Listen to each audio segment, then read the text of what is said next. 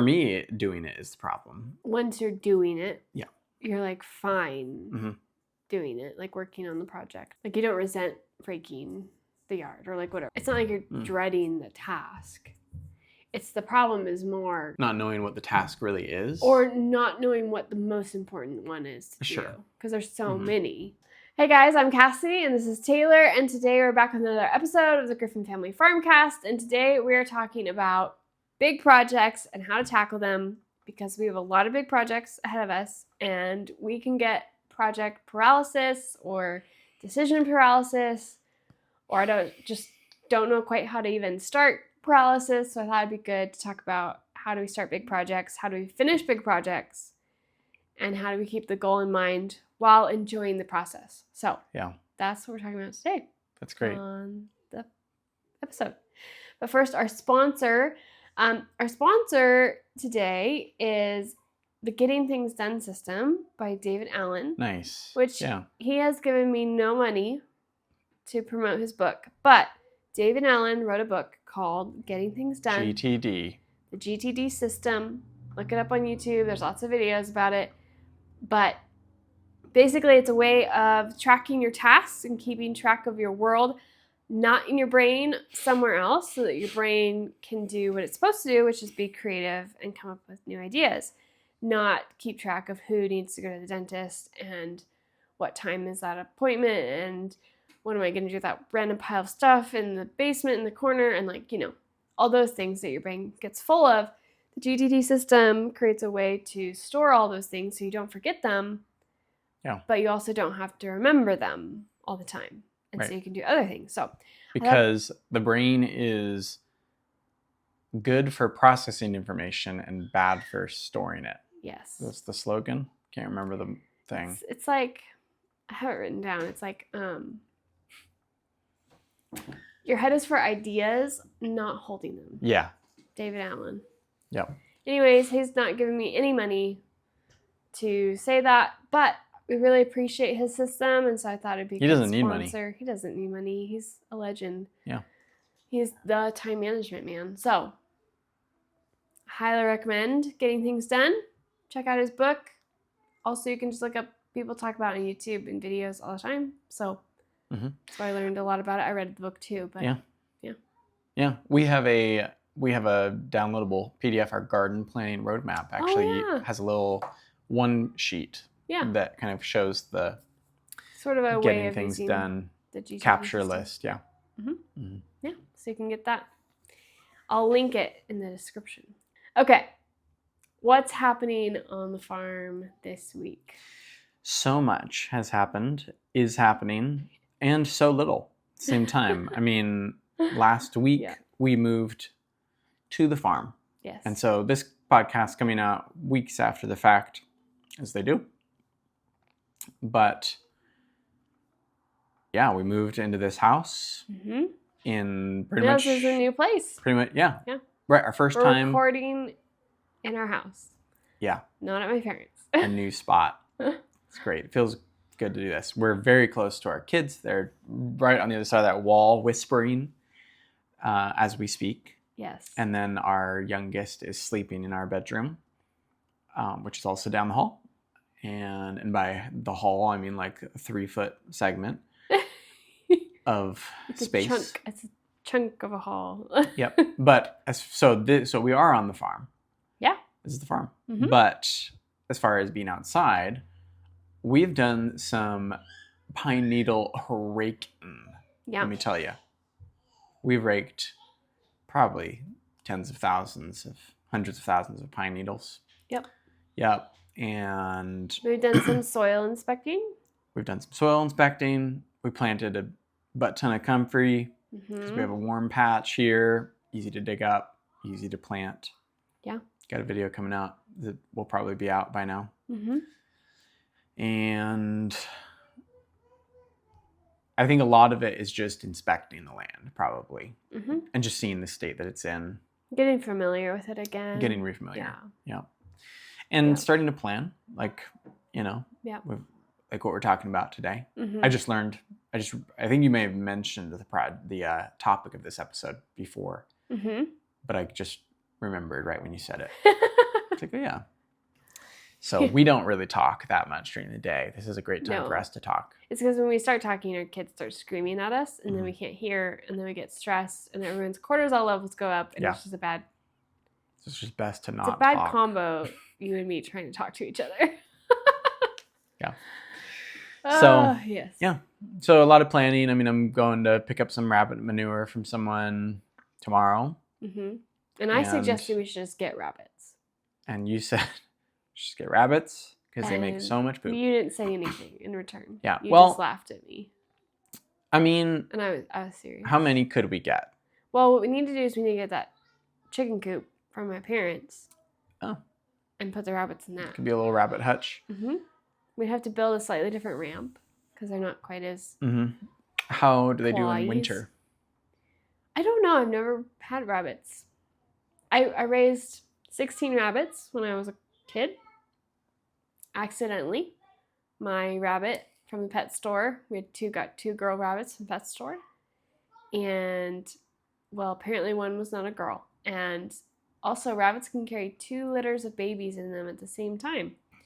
So when the first litter was born, it was like 8 babies. We took the presumably dad out of the hutch so that we wouldn't get more. Well, then she had another litter. Surprise. Like a week later. So we ended up with 16 baby rabbits. Mm-hmm. Plus the dad and the mom. Yeah. Wow. Yep. So 18. So then in the end, we had to take them to the auction. And my mom told us profusely that people would buy them as pets. Of course. What else would they buy them for? Yeah, at the auction. Yeah. Which I know they all got eaten. But, I raised those babies. Mm-hmm. So I love rabbits. I don't know how they do on the east side versus the west side. Well, I mean, we might need have to keep them inside. We need another project. We need more animals in our life. So let's workshop this briefly. Maybe we need to do some research. How many pounds of manure does a single rabbit generate per day? So much. Of course, you do have to feed them all that poop. Be so wet. You have to feed them so that they can make the equivalent amount. Mm-hmm. But it does feel like rabbits poop out everything they eat. Yeah, and I mean, we're in need of nitrogen for compost making. The stuff that we are I think it actually looking would be easier to just get more chickens. Yeah. And I want more chickens. That's anyway. What we'll do. Need a mega flock. Yeah, okay. Plus we get eggs. That's the farm. Woohoo! Yeah, I feel like there's other stuff that we're doing. Maybe not. Well, we're still trying to move in. Mm-hmm. There's lots of rooms that are still in boxes. We still need to do some painting and some cleaning to continue to make the house livable. There's Christmas coming up, so we're like scrambling for we go to so many different Christmases with our families, 5 different Christmases. It feels like maybe 4 individual Christmas events. Gosh. That have different food requirements and different kinds of gifts. Okay. And then there's New Year's Eve. Anyway, it's a lot.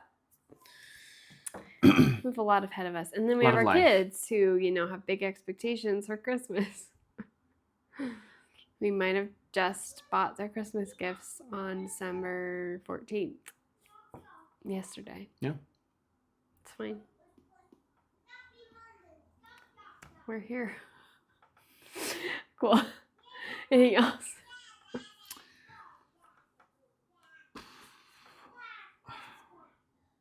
I don't think so. Okay. No. Well, let's dive in. What are some big projects that we're facing in this coming growing season? Yeah. Well, the big one, probably the biggest, is just getting our garden beds laid out and established. So big. And I mean, within that, there's different projects. We've got the chicken coop / greenhouse that we want to move. We want to disassemble it and reassemble it in a different way. Mm-hmm. I've kind of got that notion vaguely. Well, you want to build a composting chicken coop combo. Right, yeah. A chicken coop that is really conducive for composting. Which means removing a building, a small building, but then you're also designing a new kind of building. We're not just moving the building, we're redesigning the building. Yes, and I'm not good at designing. No, you're not. It's not my thing. Measurements are not your thing. No. Construction. I know my weaknesses. That is one of them. The adage, measure twice, is for Taylor to measure 4 times. Let's measure 4 times and still get it wrong. Best of luck. Still, it's a whole foot off. Sorry. It's funny. Yeah. Yeah. And then the other thing we want to do is also move our shed. And we want to move our shed, and turn it into a cooler. Yep, walk-in cooler. The reason that we want to do that, the reason we want to move both of those things is because we want to put in garden beds in where they're at. Yeah, and we also want to reutilize them in a better... Yeah. So they put the shed in the greenhouse in the prime spot. It's the southwest facing side. The most south facing is right where the shed is. Southeast, yeah. Southeast, right? Southwest. Southeast? Well, the slope goes down. So I'm thinking it's like facing... The slope is going down this way. So it faces the south. At the top of the... West. Oh, okay. Is that how you measure? Yeah, because the slope's going down, and here's the west, so it's looking at the west, and then here's the south. So then it's the southwest slope. Yeah, at the top of the top of the southwest slope. Yeah. Yeah. Cool. So the southwest facing. So the best sun in our yard has a shed and a greenhouse. Some of the best. Yeah, totally. Also, some of the best soil right behind it. Yeah. So. Which the soil that they're laying on is probably deeply compacted. Yeah, and I think there's also gravel, so I'm not quite sure. So we'll probably have to dig it out a bunch. How much we're going to have to dig it out and then replace soil. Yeah. But they'll be great in-ground hugelkultur raised beds. Sure. Mm-hmm. Yeah. But yeah, so we have to move 2 buildings, smaller buildings, but still, and not compact our soil in the process of rolling them across or disassembling whatever we're going to do. And then there's 4 pine trees and a cherry tree. Yeah. Yeah, and I mean, I go back and forth too on the cherry tree especially, but... Yeah. We have one of the most massive cherry trees I've ever seen. Yeah. I've never seen a cherry tree this big. Mm. It's a mammoth. It's as tall as 2 of our pine trees. Yeah. It's like as tall as our house. Yeah, it's far taller than our house. Yeah. Yeah. It's massive. It's basically, it grew like suckers off of the top of the tree, and then those have just become stalks. Yeah. And those have grown. But then the base suckers. Is massive. The base is 5 trees put together. Yeah. 5 cherry trees. It's like this tree is on steroids. Yeah. So we can't pick it. Everything's out of reach. We can't reach the cherry. It just drops.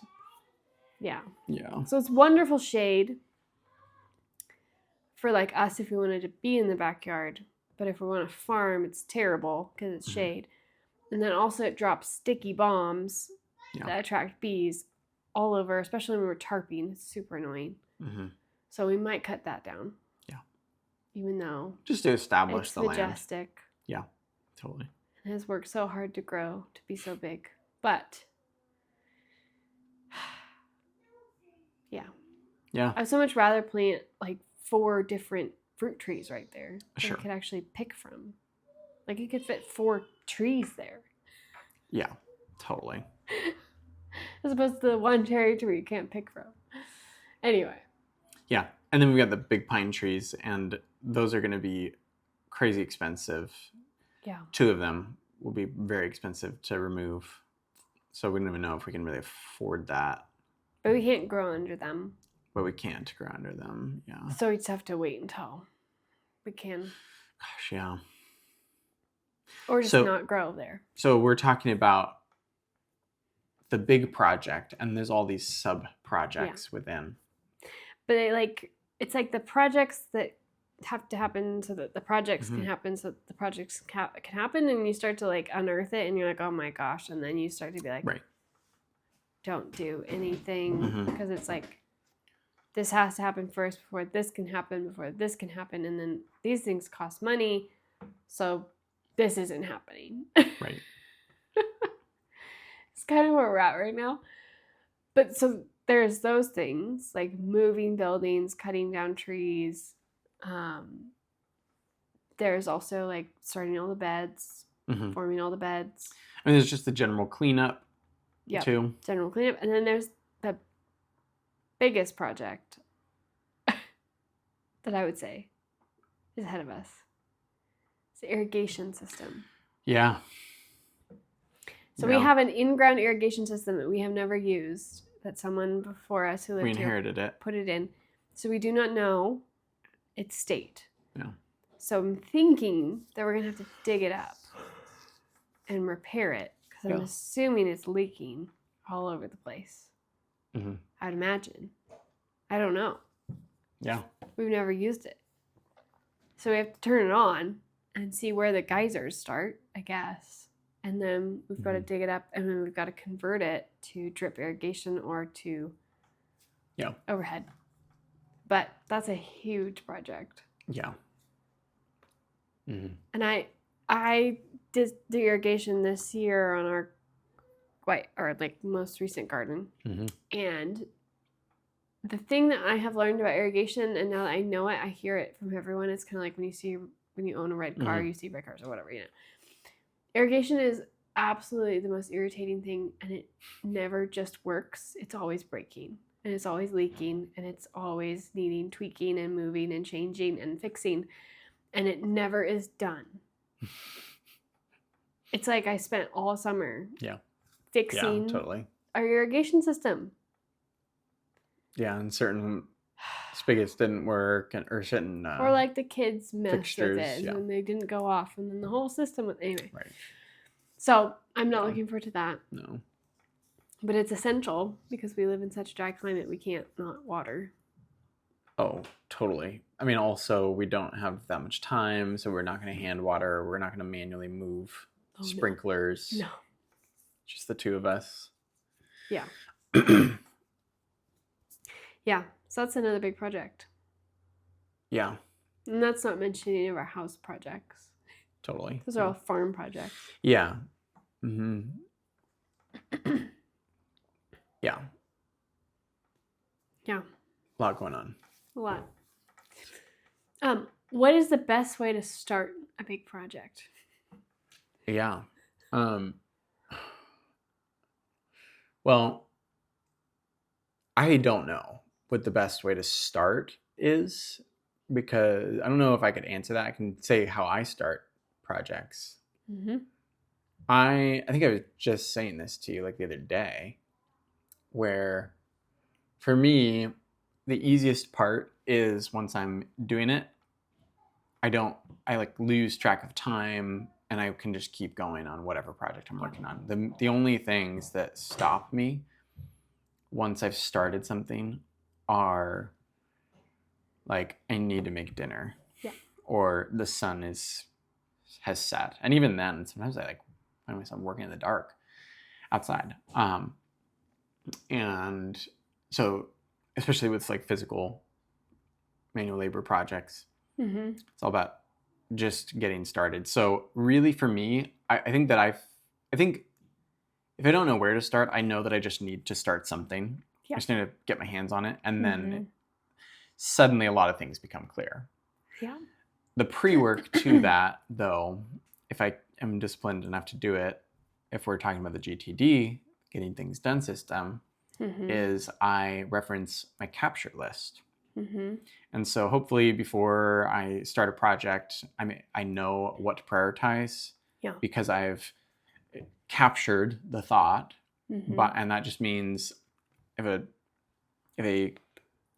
thing whizzes through my mind and I'm like, oh, I should do that. Whatever it is. Yeah. Pull up my phone and I've got my app, my Notion app, and I just write it down. Yeah. Captured. And then I go back through once a week and I sort through my capture list and I put it into project folders and different things. So hypothetically, I know what I'm able to prioritize because I've captured everything and it's all on my capture list. It's been organized and or clarified, and then if it's something that was, there's all the different steps you take when you go through the system. If it's 2 minutes or less, then you just do it right away. If it's a longer project, you break it up into projects. What is the smallest? That's like probably the best thing that you can do. Is just asking the question, like, what's the smallest possible task that I can do to complete this project? Yeah. So yard cleanup. Okay, the smallest physical action that I can take toward starting yard cleanup is picking up a leaf rake. And then I'm pretty much good to go. Yeah. I'm just going to start raking. Yeah. For example. Or like, it's kind of just like choosing. The problem is like there's so many things. Yeah, totally. So it's not really like doing it this problem. It's just choosing what you're going to start. Well, for me, doing it is the problem. But I mean, like, once you're doing it, you're like fine doing it, like working on the project. Like you don't resent raking the yard or like whatever. It's like, it's not like you're dreading the task. It's the problem is more not knowing what the task really is, or not knowing what the most important one is to do, because there's so many that it's like sorting through which one to do first is its own task. And like feels like it's this Tetris game of our little ones sleeping and the older ones are entertained. Okay, I've got this prime window, what do I do? It's very hard question. So I think that's... What would you say is the best way to start a project? I've found with myself that I will think about things to death and then never start them. So what I typically do is I rely on accidentally starting things. So I've given myself permission, if I walk by something and I see it and it needs to be done, but I'm doing something else, I typically will let myself interrupt myself and do that thing so that it happens. So I'll find myself accidentally doing big projects all the time. Like I cleaned out along the carport so we could walk. That was not... The reason I started doing that is because I was waiting for you. And I picked up a rake and then a pitchfork. And then I just was like, well, now I'm going to finish this. So I think there's these things that I know I need to do and they're in my head. And so I kind of just let myself go with the flow of starting them, because if I plan out too much when I'm going to do them, I'll never do them. Yeah. That's also... I think that we've identified this, not to bring in another framework. Oh, please don't. But the part of our personality, there you go. That for both of us, we have the same personality trait. That is, we ask a lot of big what if questions. Oh, yeah. And then we will usually like take the first step. And it seems, for some reason, like oftentimes we take that first step that gets us in too deep to be able to back out. The classic example is our ceiling here. We had cabinets in the kitchen and overhanging the island, and we wanted to take them out. And so literally... You just took them out one day. I just took them out. And then we had a hole in our ceiling, so we had to fix it. But I don't think that doesn't really... Yeah, in the middle of winter. That doesn't really bother either of us when we like start something big and then like don't snappily finish it right away. I mean, if you do that, if you start something and it's like a big thing that is really impacting our life. And, usually my thought, at least my subconscious thought, is like, she's doing something about that. That's awesome. Sweet. Like, that needs to be done. And then there's usually like the knowledge, like, okay, if this is really truly disruptive to our life, she probably will finish it pretty quickly here. So yeah, I feel like that's maybe how we think about it. Yeah. Yeah. I feel like we're not very good at mapping a strategy long-term out. Yeah. That's not really our thing. Sometimes we are. Yeah, that's true. It depends. I think we do both. I think we just do both. Yeah. Or both. Yeah. Okay. What are your tips for actually finishing those big projects? Right. So this is the second hardest part for me. The hardest part being starting it, and the least hardest part being doing it. But finishing it, one of my tips.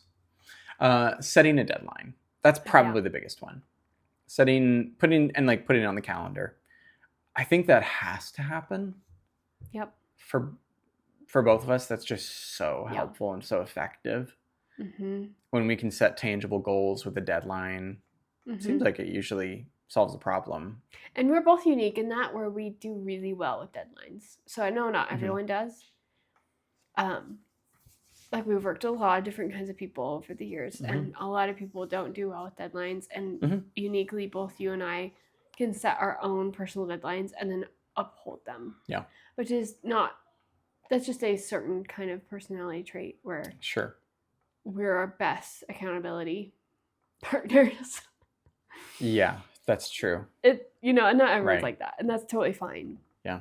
So I think it's like, maybe if you want to set a deadline, you would need to like get someone else in the picture to help you uphold that. But I think every time, like, having a baby, it's like been really helpful for getting things done. And true. Having some sort of stakes, like a major life thing coming up, really helps. I mean, every time you have to move makes you finish projects, which hopefully will not be for a very, very long time. Yes, so we're never going to finish anything. That's the moral of that story. Or like inviting. My tip for, like, we need to set up our guest room. Sure. That will not be, our guest room will not be set up until we invite someone to stay. Yeah. So, and then we'll get it set up in like one night. And so I think you're talking about stakes. Yeah. There's certain, like, if something has stakes, and putting on a calendar is one way of setting up those stakes. That suddenly becomes real to us, to our personality type. But if there's something like stakes, like someone's coming over for dinner and the place and the kitchen or the house is a mess, then that's great. We get to clean it up. I mean, that's the best tip of all. If you need to clean your house, invite someone over and then you'll clean it. Yeah. I don't know why people they think that's a bad thing. And I'm like, no, that's great. You actually have a reason to clean it. It's like impossible to do it until that happens. So then the problem arises, though, when we've got something like our farm that needs to be done. And really, I think what this comes down to for us, this is another area that we're unique. It's so helpful to have each other because it's just a forced accountability that we both want. And it's not even really like I'm holding you accountable. It's just like, or you're holding me accountable. It's literally just, I need someone to talk to get on the same page. And like, we both know this is going to happen and this needs to happen now. So for our farm, getting it ready so that we can plant flower, like getting it ready so that we're making an income from it. If you backtrack, it's like, well, there needs to be flowers to harvest. In order for there to be flowers to harvest, we need to grow them. We need to start them from seed. We need somewhere to plant them. How do we get there? Yeah. And so we just haven't sat down yet because our life has been crazy hectic, and we probably will settle down January. In a little bit here. Yeah, that's true. It's probably will be January. We'll stay inside. We'll sit down and we will say, let's just map out the next 5 months. Yeah. Or 4 months probably. And we'll probably just do it. We'll probably just set benchmarks. and then break those up into week by week goals. Yeah.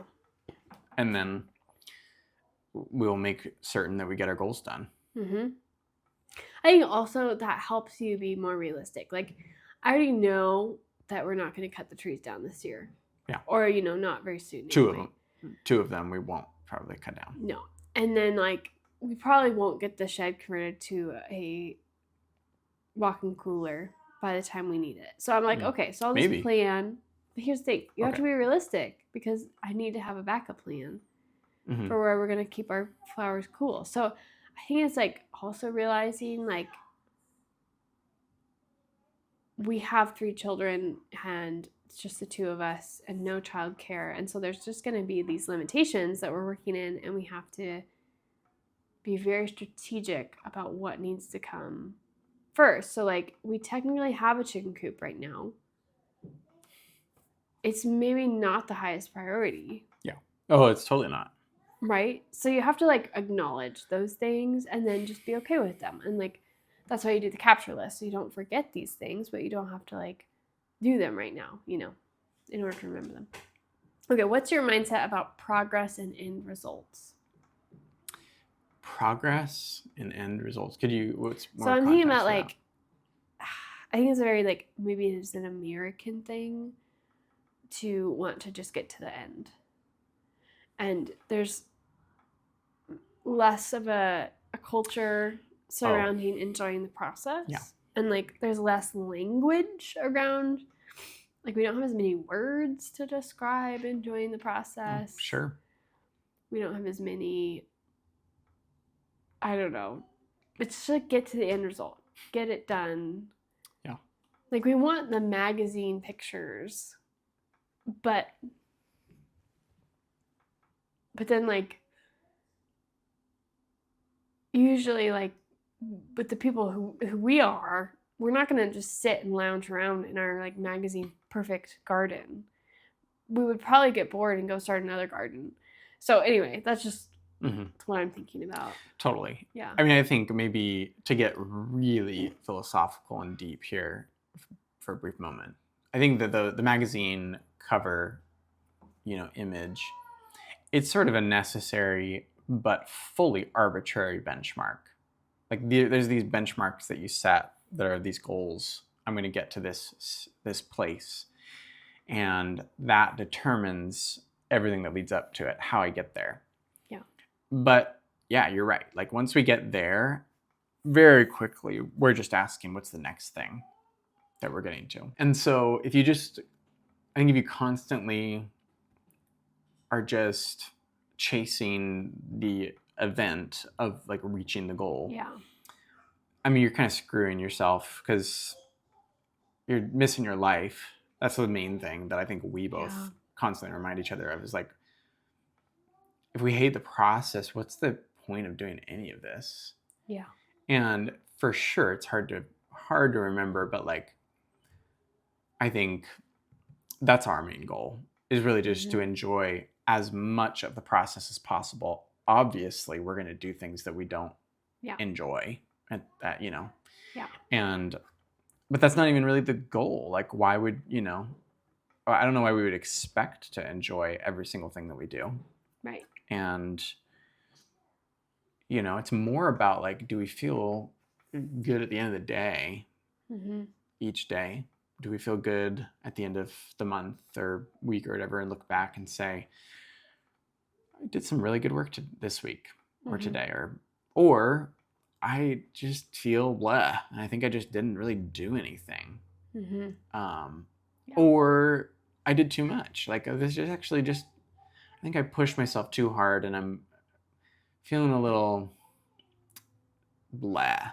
Like, I just can't, I really need, like, I don't know. So it's the sweet spot. And it's not like we're trying to find happiness in every single moment of the day, because that's not really the point either. No. Yeah. But I think it's always been for us, like, we need to learn how to just enjoy it the way it is right now. Yeah. And that means that when it's different, we'll enjoy it then too. But, like, we have to accept it and enjoy it the way it is. So, like, the farm the way it is right now, I'm really enjoying it because it's like, it's just fun to get out there and like work really hard and sweat and like, and to participate in the process of it. And so I think that's always been the thing that I've said is like, I've said to myself, it's like, I have to enjoy this the way it is right now. Mm-hmm. Yep. And the same thing goes for our kids. Yeah. That's probably the hardest one to remember. It's like, can we just enjoy them for what they're bringing, who they are right now. And what they bring to the table. Yeah. And can we enjoy our life as a family right at this exact stage? Because this is their life too. Yeah. That's probably even more of a burden. It's like, yeah, this is their life. Yeah. Yep. Yeah. Okay, what would you say to someone who's avoiding starting a big project in their garden or farm right now? Yeah. Well, I would say probably some of the similar stuff that I would say to myself. I'd say like, we could ask the why question. Like, what do you really want out of this? Yeah. Are you sure that that's like the only way to get there? But if they have already done that and they're like, no, it's a pretty clear vision for what I want, then, we try and break it up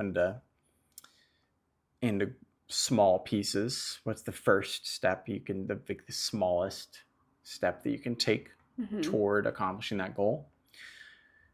Probably if it's a big enough project, like if it's like, I want to build a raised bed. Yeah. Then, it doesn't necessarily need too much planning. You could put a date on your calendar that you're going to go to the hardware store and buy the lumber. And the screws if you don't have them. Yeah. But that's such a small project, you really just need to pick a day to build it and then build it. And then you just say, what's the. But if it's a bigger one, like, oh man, I want to grow all my own veggies this summer. It's such a big, huge goal. Yeah, you got to break it up into. You have to break it up. Yeah. I think also it's like, this isn't maybe everyone, but identifying what you're afraid of. Totally. Because like I remember we were planning on tiling our bathroom downstairs, and so I had to use a specific tool that like cut a curve in the tile. And so I put off doing the tiling for so long because I was terrified of learning how to use that tool. Yeah. Because I was like afraid of breaking the tile, which I did. Yeah. And I didn't know how to use it. And it was a power tool that cuts things. And it was just scary. I was cutting ceramic. Like, you're not supposed to breathe that in. Like, it's like dangerous. Anyway. And so, but then when I did it and we finished it, it wasn't perfect. I cracked a tile. Like, there's all these like imperfections, but it's done and it looks great. Like, you can't notice the imperfections unless you're me, who knows them where they are. But I think that like I always think of that because I was like, I was just terrified of that power tool. But as soon as I did it, it was very empowering to be like, I just tiled the bathroom and I cut like a circle for the toilet, and like, it's like, yeah, so relatable. It's so empowering to be like, yeah, I did that. I did that thing that I was really scared to do. And now I can do another thing that I'm really scared to do because I just did it and it was fine. And even the things I was scared did happen, and I'm still fine. Yeah. Like, so I was thinking about that where it's like, what is it that you're afraid of that's holding you back? Yeah. I think it's, I've heard that's so relatable to me too. I think Tim Ferriss has his thing called fear setting, where to combat that, he asks the question, like, what's the worst thing that could happen? Yeah. And maybe like even list like all the worst things that could happen. And then you go down the list and you think about like, okay, if that happened, what would that mean? And you the point of it is, in most cases, you kind of debunk your entire fear list. Yeah.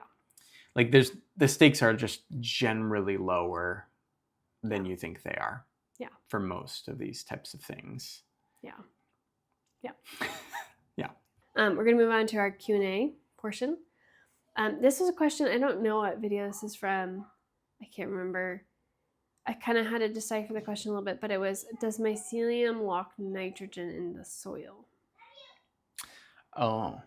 They didn't exactly ask it like that, but I phrased it. Does mycelium lock nitrogen? So mycelium refers to fungal strands, the underground network, and that can be various types of fungi, mycorrhizal, and is like one of the most common ones. And so, yeah, I mean, so fungi in general, mycelium fungi, a lot of it does fix nitrogen, performs that function. Same with a lot of beneficial bacteria. Lock. Is lock different than fix? Oh, lock. Like, if it locks out. Wood chips. Right. Yeah. I don't think it does. I mean, I'm not speaking with authority here. I would need to research this. Probably should have done that before this, but I didn't know the question, Cass. Sorry. So, I mean, it was on our... No, that's all right. It's on our YouTube. You could have seen it. I feel like I do remember it, and I feel like I interpreted that as fix. But you're right. It's not like lock in. Maybe it's more like lock out. Yeah. I don't think it does. That's my answer. I don't know why it would. The only reason it... Does it do the opposite? Like, does it fix it in the soil? Yeah, it can. Yeah. Well, it can. Certain fungi are, I think they're called nitrifers, along with a lot of bacteria fix nitrogen in the soil as they collaborate with a billion other processes. But yeah. So there's the process of nitrification, which is like capturing atmospheric nitrogen, which I think is N2, and then converting it into nitrite and then nitrate, and then making it bioavailable. So nitrate, I think, is available to plants. They further process it into ammonium and ammonia. One of them is like NH3. I think ammonia is NH3. It doesn't matter. And so there's a million different, there's like probably 5 or 6 different types of nitrogen that exist in the atmosphere and the soil. And bacteria and fungi are interlinked in that process. Yeah. So mycelium is rarely a bad thing to find in your soil, in my experience. And my favorite comments right now are the ones, so we have some like great visuals of mycelium, and sometimes I'll throw them in videos. You don't necessarily talk about it, but I'll like throw it in there because you're like talking about nature or something like that. It just have some nice shots of it. And my favorite comment right now is when people tell you or tell us that that's mycelium. Yeah. And then they like, basically mansplain. Yeah. And sometimes they're women too. Yeah. That what we have in our videos, and I'm like, yeah, we know. You should watch our other videos. But just because I didn't say it or you didn't say it, they're like, they have to tell you what it is. You're like, yeah. I mean, why do you think I took a video of it? Yeah. It's funny. Okay, I want to apply this being JLF, to an entire crop field of about 10 acres. Is it practical to scale JLF, or are there better, more automated methods for large land? Yeah. Jadam liquid fertilizer is obviously at the Jadam playbook, and you're decomposing decomposing plant debris in water, and leaf mold soil is the culture that you're infusing the debris with, and it's breaking it down and making it turn into bioavailable nutrients, and the microbes are processing it, and they'll go into the soil when you water it in. I think it's probably one of the best things that, as far as like what scales, because you can make huge batches. Yeah, you can make a huge batch. I mean, we never lack. Yeah. For JLF. And I think it is designed for 10 acres. It is. Like the Jadam book.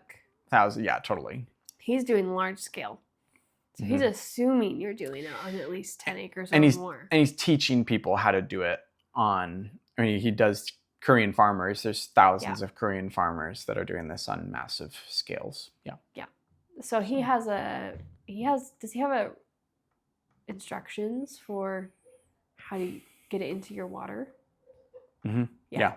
In the book, he has a really nice example of how he does it for his farm with those blue tanks. I don't know, I can't remember what they're called, but. And then Nature's Always Right.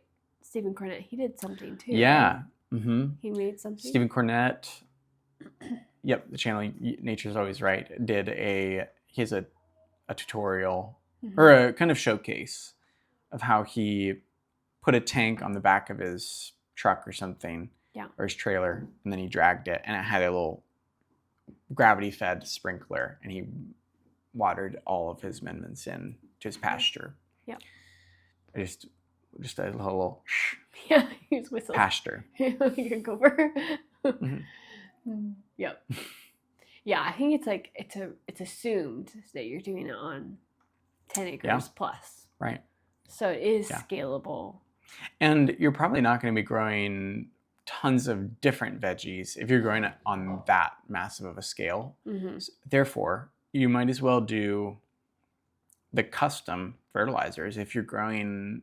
I mean, like, I want to see someone do this with a commodity crop if they're growing like wheat at scale, and they make a wheat brand Jadam liquid fertilizer and are just really cool. Airplane spraying it on their crops. Seriously. Over anyway, that would be really cool. That would be really cool. That and like a customized Jadam microbial solution made out of the the wheat bran. That'd be awesome. Wow. I'm sure they do that in Korea. Mm-hmm. Okay. Personal reflection. What are you learning this week? Well, I guess this is kind of this is a pretty random thing. I've been diving back into a very interesting book to me. I've mentioned it before on this podcast, mentioned it on a live stream recently it's a book called the Noma Guide to Fermentation. And I was just reading about the process of culturing koji grains. It's kind of similar to IMO, which is just really interesting. And but it's like one strand of fungi and that you're culturing. And I'm intensely interested in tasting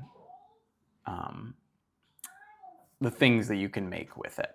Yeah. Because the whole purpose, you're culturing this grain that then kind of turns into an inoculum, and I think it's an inoculum or an inoculant, and it has all these enzymes that are then able to break down other foods into their simpler carbohydrates and starches and proteins and breaks them all down. So you can use it to ferment meat, for instance, into garum, which is like a fish sauce or a soy sauce type thing. I heard it's described, it's like the meat version of soy sauce. Yeah. Mm-hmm. Which we can't eat soy, so I'm like kind of excited. Yeah, right. We eat fish sauce, but a beef garum, I've heard that it's just a really incredible umami flavor. And I'm all about food. Like I miss the soy sauce flavor. Yeah. So if we could get it in a different way, that'd be awesome. Yeah, and then you can use it to just ferment all sorts of different things, and make like it's like this is so random, so I won't go too long, but you can use it to ferment and make different like tempeh like things, or like miso is like a thing. And then you use they teach you how to use these different ingredients in different recipes, and they're so creative and just interesting. I mean, every single recipe that they show in that book from the things that they make, because they're really weird. It's like, rose petal kombucha, or like grasshopper garum butter, but they show you they give you things to try, recipes to try. And I'm like, oh my gosh, that sounds so interesting. I just want to try that. And so I'm learning a lot about that, and I'm going to probably get started sometime soon. Yeah. I mean, we got the grains or whatever they are on the way. Mhm. So we'll see. Yeah. Cool. I think what I'm learning this week is when you're in your own kitchen and you're unleashed, basically Me? you, Yeah, yes, okay. you. All of a sudden, jars of things just start appearing out of nowhere. Like I turn around and there's a new jar of substance on the counter, and it's incredible how fast they appear and how many of them there are. And I'm just like over here, like I'm a pile maker and a jar filler. we're gonna need more shelves because we're not gonna have any counter space here soon because there's gonna be like all these bubbling concoctions everywhere.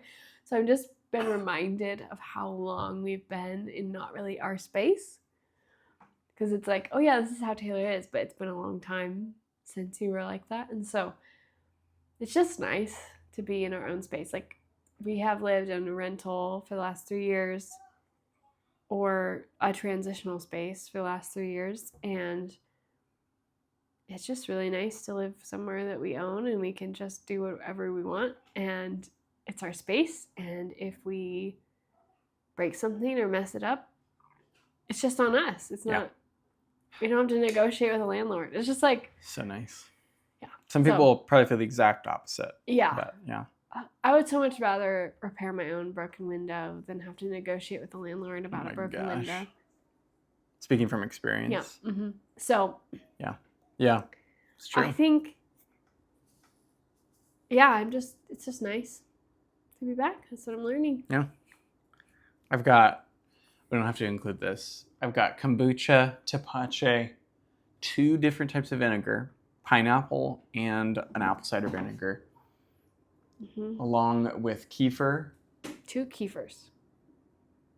Yeah. Well, I combined them. Oh, okay. Into but one. No, they're in a giant gallon of kefir being fermented. And then I've got my sourdough starter and bread. And it's going to be maple pecan buns. Mm-hmm. And the cranberries. And the fermented cranberries. And the hot sauce. And that's right, in the hot sauce. Yeah. And the hot sauce smells so good. It's crazy how good it smells. What should people try in their garden this week? Well, fermentation is on the brain for me. Yeah. For sure. And I just live streamed about bokashi, talked about fermentation. I'm thinking about other kind of way. I think it's so integrated into our gardening practice.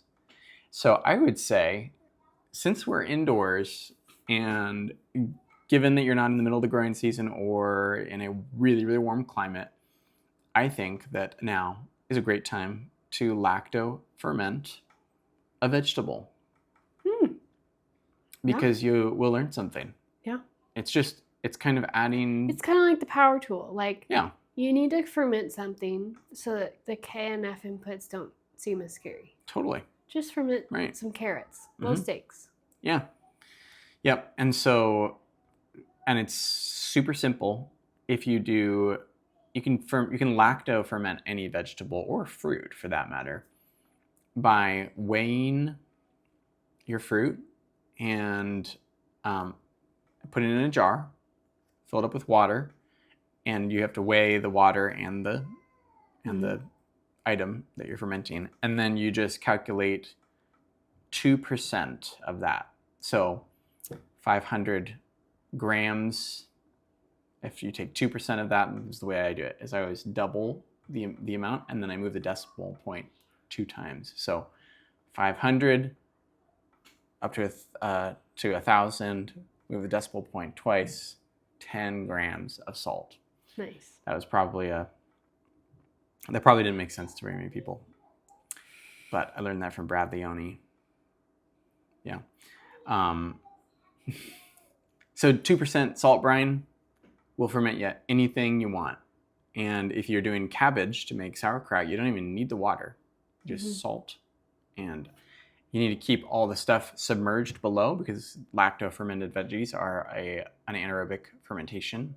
Yeah. Which means that if they pop above that stuff, the substance that's exposed to oxygen could start to harbor nasties Hmm. and will mold.